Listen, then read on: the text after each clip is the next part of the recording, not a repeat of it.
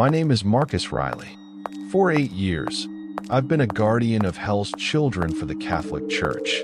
People think the Vatican's catacombs are filled with holy relics and historical archives, and they're not entirely wrong. But 3 levels below the bustling gift shop, past miles of unseen records, is a facility built for a different kind of antiquity. Here, 26 cells hold things that shouldn't exist, things too ancient and vile for the light of day. I came to this job after a career as a corrections officer at San Quentin, where I thought I'd seen the worst of humanity. I was wrong. The evil I guarded there was human, familiar. This evil is something else entirely, a corrosive, timeless entity. Father Castellano, the man who recruited me, said they needed someone who understood that evil takes many forms, but the job of containing it remains the same. He was right about the first part, but dead wrong about the second. The pay is staggering, a dark salary for a darker profession. I call myself practical. Others call me the demon wrangler. There are 5 rules. Break them, and you die. Follow them, and you might just survive. Maybe. The first rule, I learned the hard way. Never look them in the eyes for more than 3 seconds. The entity in cell 7, a possessed Franciscan monk from the 14th century, taught me this lesson on my first week. Its name was Father Miguel, and it had been there for centuries, waiting for an exorcism that would never come. Some demons are too deeply rooted to be purged. You just build a box around them and pray it holds. During a routine food check, I made the mistake of looking into his eyes for just a moment too long, for seconds, maybe 5. That's all it took for him to burrow into my mind, to dig through my memories like a scavenger in a graveyard. I heard my dead ex-wife, Sarah, calling my name from the corridor. She'd been gone for 3 years, and I knew it wasn't her, but my body turned anyway. The hallway was empty. When I looked back at the cell, Father Miguel was smiling, his teeth like crumbling stone. His voice, or Sarah's voice, echoed in my head. She says, "Hello, Marcus." She says, she forgives you for the affair. My blood ran cold. Sarah had never known about the affair. Only Jenny from the diner on Route 9 had, and now, a demon from the 14th century. I slammed the food slot shut, my hands shaking. The terror wasn't just the supernatural intrusion. It was the violation, the knowledge that a fragment of my life, a secret I thought was buried, was now a weapon in their arsenal. The second rule is a matter of self-preservation. Never enter a cell alone. This rule seems self-explanatory until you're on the other side of cell 12 at 3 in the morning, listening to a 12-year-old girl sob for her mother. The thing in there used to be Anna Marchetti, a tourist who was possessed in the Sistine Chapel. She was 8 when it happened. Now, 40 years later, she's still 12. The possession freezes the body at the moment of invasion, trapping the host in an endless moment of agony. Anna would cry for her mother every night. The sound so achingly real that it was easy to forget that Anna had died decades ago. What remained was a mimic, a hollow thing wearing her face. Father Castellano had warned me. He described how Anna's parents had brought her to Rome for her 8th birthday, only to find her speaking fluent Aramaic in front of the Sistine Chapel. The exorcism took 3 days, but it was too late. Anna's body survived. Her soul did not. I never went into that cell alone, but sometimes the crying would stop as I passed by. A sudden, unnatural silence that felt heavier than the sobs. It knew I was there. It was waiting for me to make a mistake, to feel a moment of pity so profound I'd be willing to break a sacred rule. Rule 3, never touch them, even through the bars. We lost a good man, Peterson, to this one. A former Marine with a combat record in Afghanistan. He thought he was unbreakable. Most of our cells have simple feeding slots, but cell 18 was different. The bars were wider, and the inhabitant had a pair of very human-looking hands. The thing was once a Swiss banker who, ironically, was possessed during a pilgrimage to Lourdes. It had been contained for decades, yet it maintained an unsettlingly normal appearance. Middle-aged, thinning hair, an expensive suit that remained inexplicably pristine. The only signs of its true nature were its fingernails, now hardened into claws, and its skin, the color of old, rotting meat. Peterson was sliding a dinner tray through the slot when the banker's hand shot out and clamped onto his wrist. The grip was impossibly strong. As Peterson struggled, the creature began to whisper in a language that felt older than stone. Within moments, a gray pallor began to spread up Peterson's arm, the same sickening tint as the banker's flesh. It moved like an infection, an insidious stain of corruption. I hit the emergency button, grabbed the cattle prod from the wall, and shocked the banker with 50,000 volts until he released his grip. Peterson's arm never returned to normal. We had to amputate it at the shoulder. He took early retirement, moved to Florida, and never complained. He said it was better than working for the church. Rule 4. Feed them exactly what's on the list. Nothing more, nothing less. These entities don't have human digestive systems. The possession alters their very biology. Cell 3 gets raw liver. Cell 9, communion wafers soaked in holy water. Cell 15 receives nothing but black coffee and cigarettes. The thing in Cell 15 was once Father Davies, a Welsh priest who now chain-smokes Marlboro Reds and stares at a blank wall. He needs his coffee just so. 2 sugars, no cream, scalding hot. One night, a new guard, Rodriguez, decided to show a moment of kindness. He offered Father Davies a chocolate-glazed donut with his coffee. He thought he was being human. The priest took a bite and immediately began to convulse. Blood poured from his nose. His skin turned white, then blue, then a sickly black. He died for 4 full minutes before his possessed body revived itself. When he looked at Rodriguez, his eyes were pools of ancient venom. Next time, he croaked, "Follow the list." Rodriguez quit the next day. The rules are not suggestions, they are scripture. The final rule, and perhaps the most difficult to follow, is Rule 5. If they escape, don't try to stop them. Run. Your instinct as a guard is to contain, to prevent. But these aren't regular prisoners. An escape means the containment protocols have failed. It means something has gone catastrophically wrong. I witnessed a breach once. The occupant of Cell 22, a Romanian businessman named Pescu, had been a model prisoner for 15 years. Then, one Tuesday morning, I arrived for my shift and his cell was empty. The door was still locked. The bars were intact. He was just gone. I hit the alarm. The entire underground level went into lockdown. Armed teams, priests with crosses and holy water, the works. But Popescu wasn't on our level anymore. We found him in the papal apartments, 6 floors up, sitting in the Pope's private study, reading a book. He was holding a first edition of Dante's The Divine Comedy, and when he looked up and smiled, his normal human teeth were more terrifying than any fangs. "I wanted to return this," he said. He'd borrowed it 15 years ago and hadn't had a chance to finish it. When asked how he'd escaped, how he'd bypassed the locks and alarms, he just shrugged.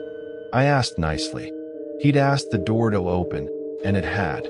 He'd asked the alarms to stay quiet, and they had. He'd asked the guards to look the other way, and they did. He went back to his cell willingly, his smile never fading. The other entities in the cells were different after that. Quieter, more watchful, as if they had learned something fundamental from Popescu's brief field trip into the world above.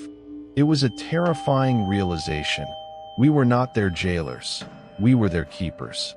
I've been thinking about quitting. 8 years is a long time to spend underground with things that shouldn't exist. A long time to follow rules that make no sense until they save your life. The money is good, But what good is money for a life you're not living? The worst part of this job isn't the demons, it's the waiting, the constant, gnawing knowledge that eventually something will fail. A lock will give way, a guard will make a mistake, a rule will be broken one too many times. And when that happens, the monsters we've been keeping on a leash will find their way to the surface. And when they do, the world is going to learn that monsters are real, and they've been here all along, living 3 floors below the holiest place on earth. The worst night of my career started with a phone call at 2:17 a.m. I was at home, trying to sleep off a double shift. My phone rang 4 times before I answered. "Riley." My voice was a choked rasp. "We need you here now." Father Castellano's voice was tight, controlled, a tone I had never heard in 8 years. "What's the situation?" I was already grabbing my pants. "Just get here," he said, and the line went dead. I drove through the silent, sleeping streets of Rome, the ancient city's history pressing down on everything. The Vatican, however, never sleeps. It runs on a different kind of clock, fueled by duty and a grim understanding of the darkness that lurks in the world. I took the elevator down, 3 levels below the tourists and the archives, to the place where we keep the living artifacts. Father Castellano was waiting for me in the central corridor. He's a small man, unassuming, but he's been running this operation for 2 decades and has an encyclopedic knowledge of evil. "Talk to me," I said. American tourist, 26 years old. Jennifer Hayes, from Portland, Oregon. She had been visiting St. Peter's Basilica when it happened. When she started speaking fluent Aramaic, an ancient dialect that had been dead for 1,500 years. We walked toward a new holding area, a maximum security cell built specifically for this case, reinforced with steel and warded with protective symbols. I asked if it was a possession. Castellano shook his head. We ran the standard tests. No response to holy water or exorcism prayers. He said a linguist, Professor Benedetti, had been translating what she was saying. "She's not possessed, Marcus. She's channeling. Someone who was there when Christ died." The impossible chill touched my spine. "That's impossible." Castellano didn't flinch. "Is it? We have demons down here that are thousands of years old. Why couldn't we have a soul from the 1st century?" We reached cell 27. I looked through the one-way observation window. Jennifer Hayes sat on a narrow bed, a college kid in a University of Oregon sweatshirt, her face pale, her eyes ancient. She was muttering in that strange, backwards-sounding language. The old man, Dismas, the penitent thief crucified next to Christ. Jennifer had somehow become a vessel for his memories, his perspective, an intimate witness to the crucifixion. It was a phone call from the past, a spiritual echo of a dying man's final moments. Then she stopped rocking and stared directly at the one-way glass, at me. Her mouth moved, and no sound came out. "She can see us," I said, my voice barely a whisper. "The glass is one way." Castellano didn't answer. She stood up and walked to the window. She pressed her palms against the glass, and they left marks. Not sweat, burn marks. The glass was searing hot. Then, she spoke one word in clear, chilling English. "Marcus." My name wasn't on my uniform, on any plaque, on any file she could have seen. And yet she knew. I stumbled back from the window. "She's been asking for you," Castellano said. "She knows your name. She knows about Sarah. She knows about Peterson." Jennifer was still smiling, her normal human teeth a mockery of her terrible knowledge. We rigged up a communication system, an intercom. Jennifer waited patiently, never breaking eye contact.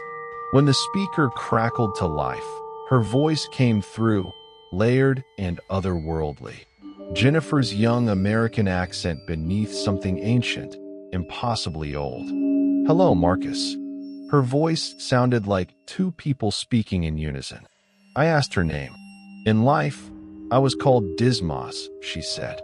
In death, I am called the penitent thief. Every Catholic school kid knows the story of Dismas, the good thief, promised paradise by Christ on the cross. I told her that was impossible. Dismas had died 2,000 years ago. Death is not the end, Marcus, she said, her voice a soft, chilling echo. It is merely a change of address. The burn marks on the glass darkened. What do you want? I asked. To warn you, she replied. Something is coming. Something that has been asleep for a very long time. She spoke of the first demon, the one who tempted Eve in the garden, the one who swayed Judas to betrayal. It had been slumbering beneath Jerusalem for 2 millennia, but now it was stirring. This was far, far above my pay grade. It was beyond my comprehension, beyond the scope of any rulebook. I looked at Father Castellano, who was silently recording everything. Why are you telling me this? Because when it wakes up, it will come here first, she said. To the Vatican, to claim what it believes is rightfully its. Which is what? The Church. All of it. Every soul, every prayer, every act of faith. She said it had been there at the beginning and knew the true, unwritten history of the world. Jennifer's other hand joined the first, and the burn marks spread like cracks in a frozen pond. Your rules were written by men who never saw what I have seen, she scoffed. When the first demon comes, your walls will crumble like sand. The intercom began to smoke. The wiring couldn't handle the ancient energy of the voice. Marcus, her voice pleaded, and this time it was just Jennifer's. Young, scared American. I can feel him slipping away. Dismas, he's going back. Jennifer, is that you? I asked. I think so. Where am I? She looked around, confused, lost. I told her she was safe, that she'd had a seizure and was in a medical facility. The burn marks on the glass were already fading. I remember being in the basilica, she said. It was so beautiful. And then there was an old man. He was in pain, so much pain, and he wanted to tell someone about it. She remembered his warning about the sleeping demon, about Jerusalem. But what she had truly carried back with her was a final, terrible message. She asked me if she could ask a question. Sure, I said. The old man, Dismas, he showed me things, terrible things that are coming. But he also showed me something else. He said you're going to have to make a choice. And whatever you choose, people are going to die. The air grew heavy, the silence deafening. What kind of choice? I asked, my voice barely a whisper. Between the rules and doing what's right, she replied, her eyes unblinking.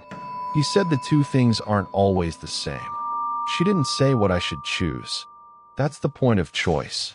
Nobody can make it for you. Then she lay down and was asleep within minutes. Father Castellano and I stood there, staring at the fading burn marks on the glass. What do you think? He asked. I think we need to be ready for whatever's coming from Jerusalem. He said the girl was clear, that whatever happened was over. But I knew he was wrong. 3 days later, while eating breakfast, Jennifer looked up from her cereal. He's awake, she said. Every demon in the facility began screaming at the same time. 26 cells worth of supernatural rage and pure terror, all in unison. It lasted exactly 1 minute, then stopped. When the screaming ended, Jennifer looked at me through the window and mouthed 2 words. He's coming. 6 months have passed since that day. Jennifer went back to Portland, and the voices never returned. She sends me postcards, though, not of Jerusalem anymore, but of normal places, coffee shops, her college campus. The images are mundane, but the shadows in the background are not. In the last postcard, a figure, tall and thin in ancient robes, was barely visible, walking away from the camera. The demons in the cells have been quieter since that day, more watchful, as if waiting for their master. and I've started hearing footsteps upstairs, slow and deliberate, on the floors above. The rules still apply. Feed them, don't look them in the eyes, don't touch them, don't enter a cell alone. But I'm starting to think these rules were written for a different war, one where the enemy stayed locked up and played by the same basic principles as us. This feels like something else entirely. This feels like the beginning of the end. The first demon arrived on a Tuesday morning at 9:23 a.m. The alarm screamed, all of them at once. I was in the break room, and my coffee cup shattered on the floor. Then the lights went out. An emergency red lighting bathed everything in a lurid glow. Down in the cells, the demons weren't screaming this time. They were laughing. I grabbed my radio, but it was nothing but static. Then a voice, old and patient, came from the radio, from the walls, from the very air itself. "Hello, Marcus." It was the voice of the first demon. "What do you want?" I asked. "To come home," it said. The laughter from the cells grew hysterical. I found Father Castellano in the central corridor, clutching a shotgun. Only us. The rest of the guards were off shift. The elevator dinged, a pleasant, normal sound. The doors opened, but the car was empty. The air that drifted out was different. It smelled of dust and dried blood, and something else, something that reminded me of the morgue where I'd identified Sarah's body. "I've been looking forward to meeting you," the voice said. "Yeah, well, you're going to be disappointed," I replied, a flash of bravado born from years of contained fear. "The church has been keeping my children locked up down here for decades," the demon said. "I've come to collect them." "They're not your children," I shot back. "They're prisoners." "Are they?" It laughed. "Look around, Marcus. Really look. This isn't a prison. It's a nursery, a place where my children have been growing stronger, fed regularly, protected from exorcisms, kept safe from the outside world." A cold, terrifying realization settled in my bones. The rules, the pay, the containment. We weren't their guards. We were their caretakers. We had been following the rules, never questioning why the demons captured by the church were never actually exorcised. The demon appeared, stepping out of the empty elevator. It looked like a man, a pleasant-looking man, but its shadow writhed on the floor like a spilled, multi-limbed creature. "You've seen possessed humans, Marcus," it said. "Parasites wearing borrowed flesh. I am something else entirely." It offered to take the form of Sarah, but I told it to leave her out of this. I drew my blessed silver bullet-loaded Glock, useless against something this old, but a necessary defiance. "You're going to turn around and walk back into that elevator," I said. "And you're going to leave my demons alone." The demon's shadow writhed. "You know what I like about you, Marcus? You understand the real choice between duty and righteousness." It was the same choice Dismas had warned me about, the same one Jennifer had seen. The demon explained how the church had been feeding and protecting them for decades, all in the name of containment, to protect its own monopoly on salvation. It walked to cell 3, and, with a single touch, the steel-reinforced door crumbled to dust. The thing that had been a businessman stepped out. "Hello, Father," it said. "Are you ready to go home?" "Yes." The demon walked to the next cell, and the next. I turned to Father Castellano. "The manual destruct system. Where is it?" He looked at me, horrified. "Marcus, you can't be serious." I asked again, more urgently. He told me it was in the control room, requiring 2 keys, his and Cardinal Tourette's. And the Cardinal was away. There was no way to activate it. But I remembered Peterson's cattle prod, the one we used to break contact. I found it, jammed it into the keyhole, and let 50,000 volts of blessed electricity do its work. The lock clicked open. I turned both keys. A computerized voice announced that manual destruct would commence in 60 seconds. 60 seconds to get out. I ran for the emergency stairs, not the elevator. I ran through the dark, Up 3 flights, the sound of crumbling doors behind me. I burst out into the Vatican gardens. Dawn was breaking over Rome. The explosion came from below, not up, but down. The ground shook, a sound like thunder underwater. Then silence. The entrance to the underground facility was gone, a crater of rubble and dust. No stairs, no elevator, no demons. In the distance, sirens. The official report would blame a gas explosion. Old pipes in an old building. I walked home, my apartment feeling different, lighter. I owned nothing. I had nothing to stay for. I packed a single bag and left the Vatican uniforms in the closet. I had enough money for a plane ticket and a new life. Peterson said Key West was nice. Warm weather, cold beer, and fish that didn't know about good and evil. I'm writing this from a beach in the Florida Keys, 6 months later. I run a charter fishing boat now. The work is simple. The rules are simpler. Keep the boat maintained. Treat the fish with respect. Bring everyone home safe. The Vatican rebuilt its facility, bigger, better, with new guards and stricter protocols. They sent me letters, generous offers, but I threw them away. Jennifer still sends me postcards. Not of Jerusalem anymore, but of normal places, her college campus, bookstores. Normal postcards from a normal girl living a normal life. Some nights, when the moon is dark, I think I hear footsteps on the deck. Slow, patient footsteps. But when I turn on the lights, there's never anyone there. Just the ocean, the stars, and the knowledge that some choices echo longer than others. I sleep better now. The rules are simpler out here, and usually is good enough for me.